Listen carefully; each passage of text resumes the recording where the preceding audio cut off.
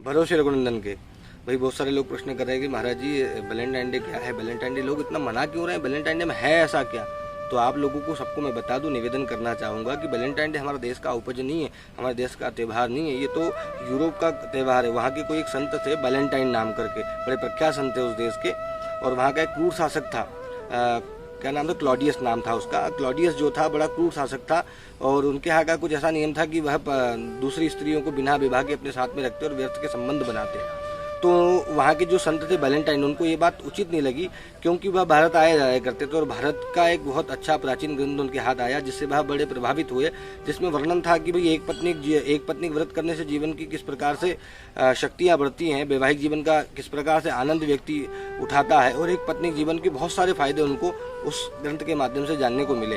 तो उन्होंने इस ग्रंथ का प्रचार अपने देश में जाकर के किया, बहुत सारे लोगों को बताया कि भाई इस प्रकार से आप दूसरी स्त्री को अपने साथ रखेल बना करके रखते हो और अनर्गल जो संबंध बनाते हो, जिससे आपके जीवन की सार्थकता नहीं, जीवन का मूलतः विनाश हो जाएगा। उसने बहुत प्रचार किया। प्रचार करने के बाद में बहुत सारे लोग इसके प्रचार से प्रभावित हुए। प्रभावित होने के बाद में बहुत सारे लोगों की इसने विवाह भी करवाया। विवाह करवाने के बाद में बहुत सारे लोग प्रभावित होकर के विवाह करने लगे। अभी यह बात उसके क्रूर शासक को पता चली, क्लॉडियस को।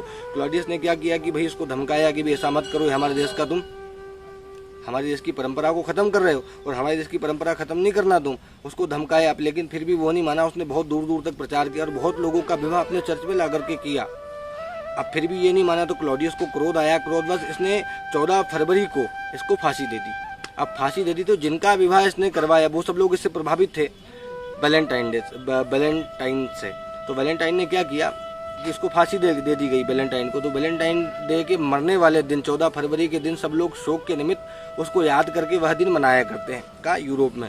तो वह परंपरा हमारे यहाँ आ गई। अब हमारे यहाँ हम क्यों त्यौहार मनाते हैं? आपके दादा मर गए, आपके परदादा मर गए, जिसके निमित्त आप वैलेंटाइन डे मना रहे हो।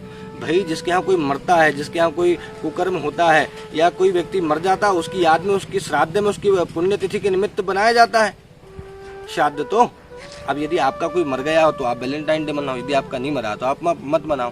तो मेरा निवेदन है आपसे, यदि आप लोग सनातनी हैं, आप लोग हिंदू धर्म को मानने वाले हैं, तो हमारे हिंदू धर्म में कोई त्योहारों की कमी है क्या? हमारा हिंदू धर्म इतना विशाल, उतना विख्यात है कि जिसमें इतने त्यौहार है जिसको मनाने से आपके पुण्यों का उदय होगा, आपके वैभव का उदय होगा, यश कीर्ति वैभव बढ़ेगा।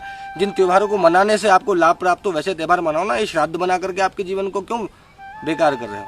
आपके जीवन के पुण्य क्षीर्ण होने के अलावा कोई भी सार्थकता नहीं है। आप जगह जगह कोने में ले करके घूमते हो। आपको शर्म आनी चाहिए। आप सनातनी हैं, आप अच्छे त्यौहार मनाओ।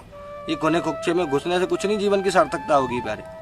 तो मेरा सभी सनातनियों से निवेदन है कि आप ये वैलेंटाइन डे का बहिष्कार करें और अपने हिंदू संस्कृति को अपनाएं और संस्कृति की ओर, सनातन की ओर बढ़े, जिससे आपके जीवन में अनेक अनेक आनंद की प्राप्ति होगी और सनातन धर्म का उत्थान होगा।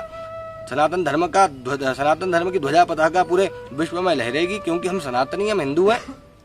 मेरा निवेदन आप सब लोगों से पुनः बार बार कर रहा हूँ कि इस वैलेंटाइन डे का आप बहिष्कार करें, भरोसे रघुनंदन के।